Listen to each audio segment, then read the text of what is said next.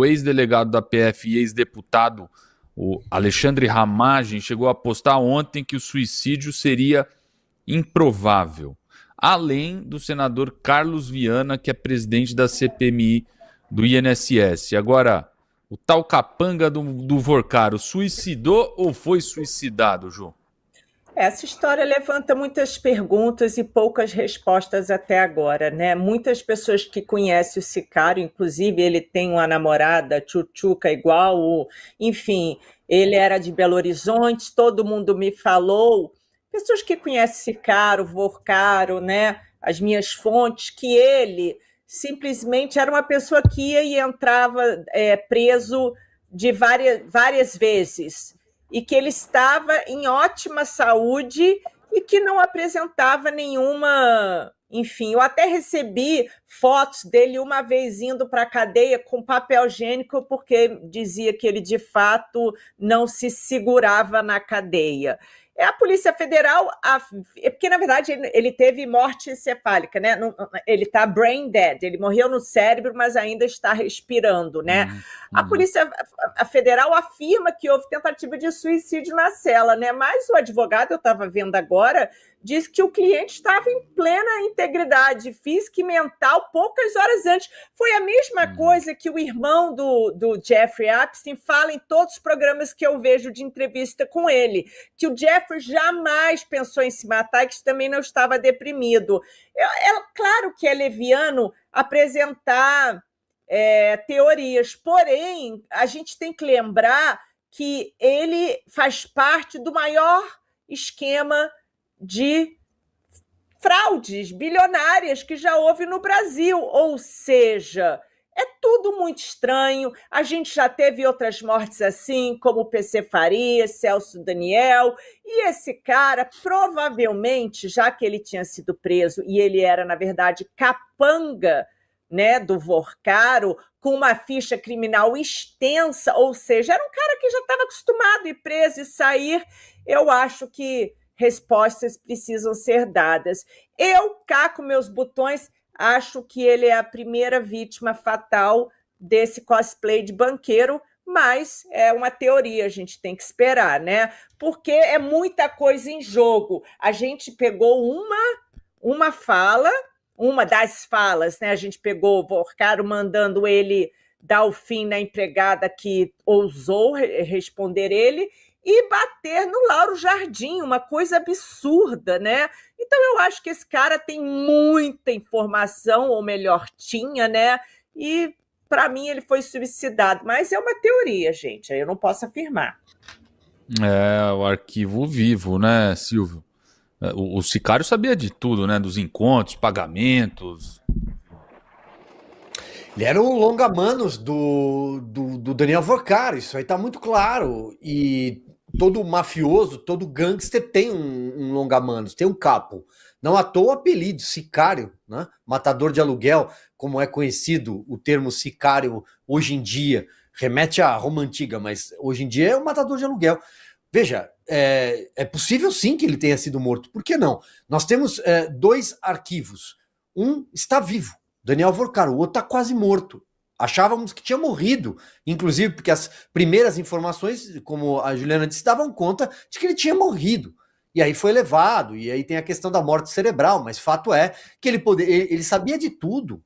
Ele era o braço direito, ele comandava um grupo de WhatsApp chamado A Turma, onde se debatia forjar assalto para intimidar, quebrar dentes, tratava a empregada como vamos moer, e aí, enfim, eu não vou ficar aqui repetindo termos pejorativos, mas as conversas ali deixam muito claro do que se tratava esse grupo. Era uma organização criminosa, não resta mais dúvida. E Daniel Vorcaro, a responder por todos esses crimes, se condenado, vai passar muitos anos na cadeia, a menos que ele fale, a menos que ele conte tudo. E agora imagine o tamanho do que seria a delação do Daniel Vorcaro. Eu acho que hoje já não tem mais condições de determinados ministros continuarem no cargo, Emilinho. A resposta a esse caso, e encerro aqui, a resposta a esse caso que citamos na abertura em relação a Alexandre de Moraes, o bloquear, a resposta do ministro é algo Olha, eu estou olhando para a tela aqui, para a resposta que ele emitiu por meio da assessoria de imprensa do Supremo, e eu não consigo acreditar que ele deu essa resposta. Abre aspas, o ministro Alexandre de Moraes não recebeu essas mensagens referidas na matéria. Trata-se de ilação mentirosa no sentido, novamente, de atacar o Supremo Tribunal Federal. Isso foi periciado pela Polícia Federal. Ninguém viu o telefone dele. É o telefone dele. Eu tenho uma pergunta para o Silvio. Silvio, eu sempre fui a favor, estou falando desde o começo, que o Vorcaro deveria fazer a delação. Mas a delação no seguinte ele vai sair solto ou é diminuição de pena? Os termos eu acho que depende daquilo que for acordado com as autoridades que vão chancelar tudo isso. Vai ter que passar, inclusive, por um juiz, a mão de juiz. Mas o Ministério Público, a Polícia Federal, depende dos termos. Poderia ser uma redução de pena, evidentemente. Mas não sei se ele vai fazer essa delação ou não. Eu entendo que é o único caminho para ele se safar de uma condenação muito longa. Muito longa. Mas agora, ficou claro... Mas você não acha que ficou claro? Nós, como brasileiros, a gente quer que ele delate toda essa corja, mas não ficou claro que ele é um homem muito perigoso? Eu não tenho a menor dúvida. Eu acho que ele é um gangster. Eu acho que o Master era uma máfia mesmo. Agora, olha a que ponto chegamos. E digo isso porque eu fico estarrecido com uma resposta. Não sei o que vocês pensam, mas como assim o ministro Alexandre de Moraes não recebeu essas mensagens? Trata-se de ilação mentirosa. Ele está dizendo que essas conversas são falsas. Isso foi periciado pela Polícia Federal. Aliás, agora estou refletindo aqui, ao vivo, isso tudo ficaria sob a guarda de Dias Toffoli. Vocês já imaginaram nisso? Isso?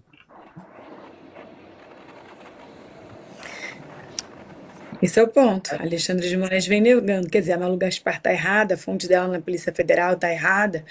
Acho que não tem mais, né, como negar, tá bem óbvio. Ele está dizendo que simplesmente a perícia da Polícia Federal está equivocada e que ele não é o Alexandre de Moraes com quem o Vorcaro falava. Quer dizer, o Vorcaro estava tendo um delírio, é isso?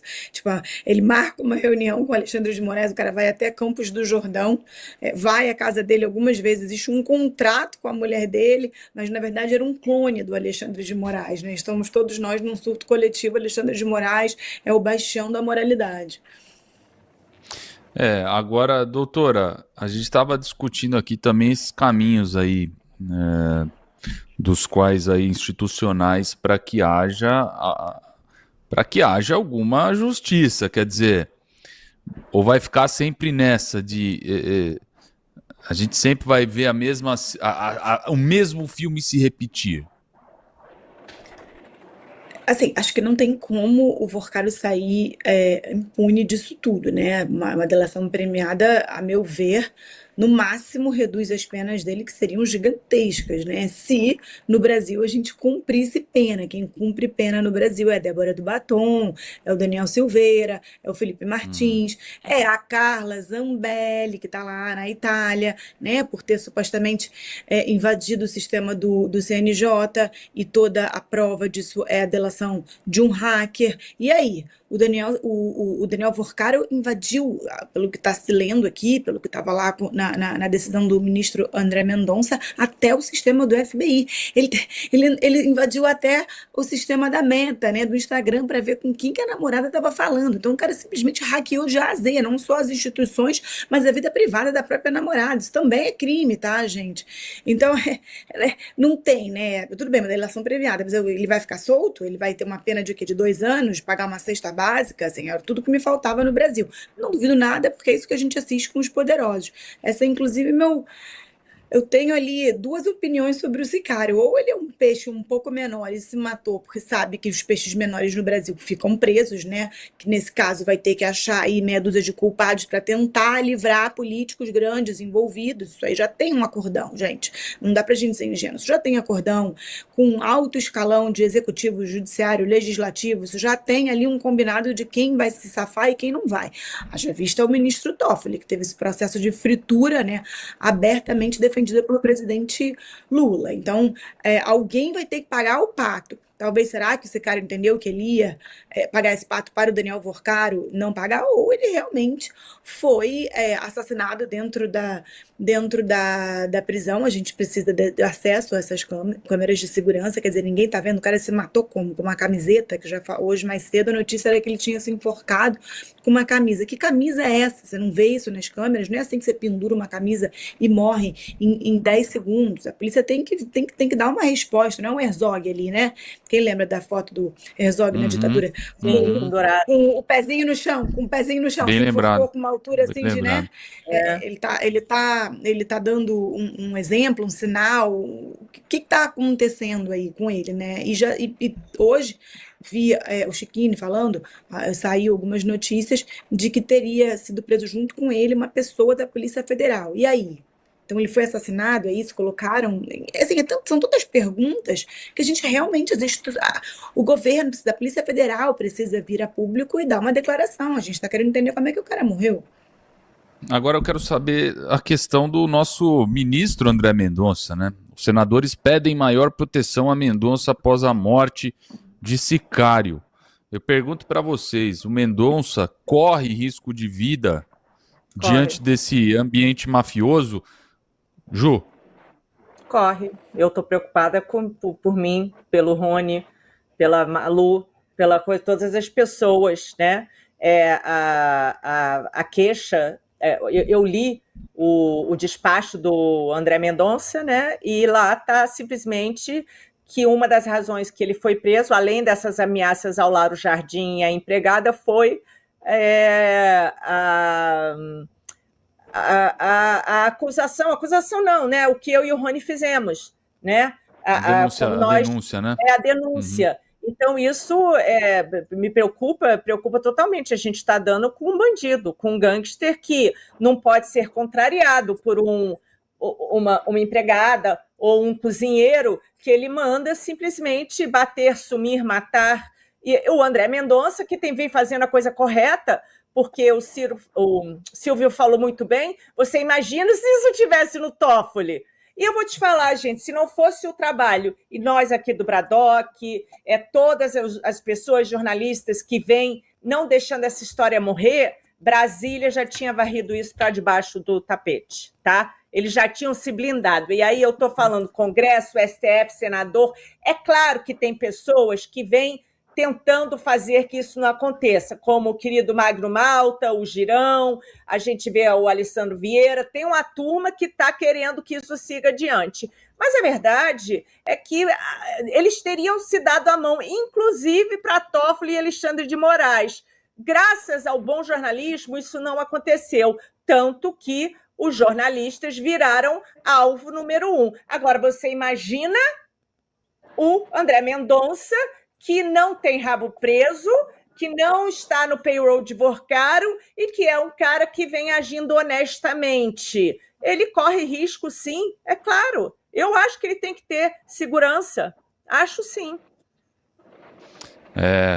Você avalia da mesma forma, Silvio? Você acha que o ministro corre risco? Aí lembremos, né, de Teori Zavascki em 2015, né? Eu, se fosse o ministro André Mendonça, só andava de bicicleta. Mas olha, é evidente que é perigoso. Nós estamos num narco-estado, nós estamos num estado que agora sabemos a grande engrenagem do poder funcionava num esquema de máfia, com todos os elementos, não restam mais dúvidas, todos os elementos estão aí, os protagonistas. É uma história que ela só piora, eu vou repetir, a história só piora. Dia após dia, notícia após notícia, ela vai sendo incrementada. Nós temos dinheiro pagando veículo de comunicação, dinheiro pagando jornalistas para produzir notícias, dinheiro na mão de influenciadores, dinheiro na mão de cortes superiores, dinheiro na mão de políticos, partidos, um celular que é uma verdadeira caixa de Pandora para recorrer ao mito, à mitologia. Você abre e começa a sair de tudo, ali é só porcaria. Olha tudo que nós estamos assistindo. Talvez tenhamos um cadáver, achei até que já tinha. Então, é claro que ele corre risco. é evidente que sim. Mas imagino também que a esta altura esteja muito bem cercado, muito bem protegido pelas autoridades competentes. Eu imagino que ele esteja sendo... Porque se algo aconteceu ao ministro André Mendonça, olha, bom, aí eu já não sei mais se isso aqui pode ser chamado de país, né? Aí a gente já está em outro lugar, a gente já está em outra divisão de... eu ainda estou muito assustado com tudo que a gente está assistindo nos últimos... De ontem para hoje eu ainda estou muito assustado, confesso. Uhum. Doutora, a gente assistiu o Teori, né? E assim, o tempo passa, as pessoas esquecem.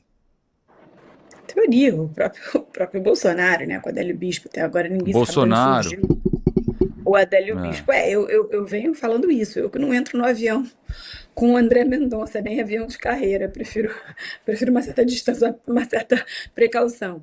Mas a brincadeira à parte, realmente, todas essas pessoas que estão denunciando, a própria Malu Gaspar hoje foi extremamente corajosa, né? Tipo, o Alexandre de Moraes já respondeu o artigo dela. A gente está assistindo agora os ministros do Supremo indo para cima de quem está falando alguma coisa deles.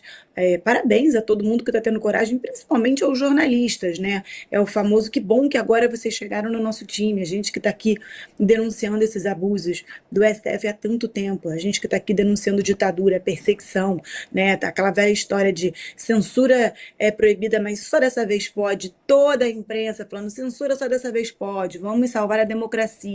Quando você abre a porta do inferno, depois você não consegue fechar de volta. Então isso aí é o que todo esse povo que ficou passando pano para tudo que a gente viveu no Brasil conquistou. Então, que bom que essas pessoas acordaram, não é só a Malu Gaspar, são vários outros jornalistas que estão enfrentando tudo isso, mostrando, trazendo a verdade.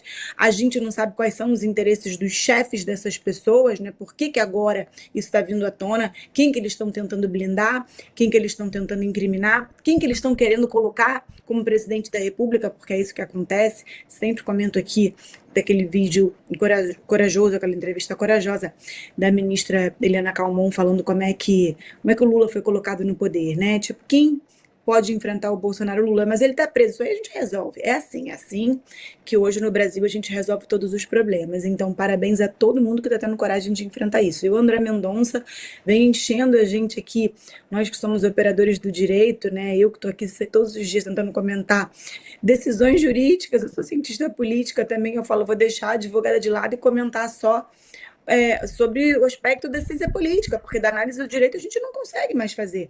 E, de repente, a gente vê um ministro que realmente segue a legislação, a Constituição, que não interpreta a lei da forma como ela está escrita e não como ele gostaria que estivesse, a gente tem que aplaudir. A gente está precisando, no Brasil, aplaudir o óbvio, né? E quem faz o mínimo. Posso fazer uma pergunta? Posso fazer uma pergunta à Carol, que o ofício, o direito, né, como ofício, advogada, e a Juliana, que se dedicou a ler todas essas conversas aqui, Emilinho. Por favor. Não é estranho, com tanta família. A gente já descobriu a familiaridade e a intimidade do Daniel Vorcaro com o ministro Alexandre de Moraes. Agora, não é estranho que até agora não saíram os diálogos dele com a advogada dele? A Viviane Barcia? Foi isso que eu comentei. Ele só conversa com o marido da advogada, então, agora, não conversa com a advogada. Eu estou reforçando, estou fazendo a pergunta para reforçar. Exato. Cadê os diálogos dele com a advogada que ele paga 129 milhões? Não existe. Não existe. Não existe, porque é isso, está explicado para que foi esse dinheiro. Diz ali que no dia que ele saiu, gente, a primeira pessoa que ele liga é para o Alexandre. Viviane teve um único processo e perdeu, né? Que ali defendendo o Banco Master. Teve um único processo ele e perdeu. Disse que estava pronto para explicar na CPMI porque que ele tinha contratado a Viviane, que era para escrever manuais de compliance. Gente, eu acho que eu vou me especializar em compliance, porque eu nunca vi um contrato de 129 milhões de reais. Você está comendo mosca, Carol. Está comendo mosca, Carol. Isso é que nem o Saci Pererê, isso não existe, tá? Não existe um contrato dessa magnitude, gente.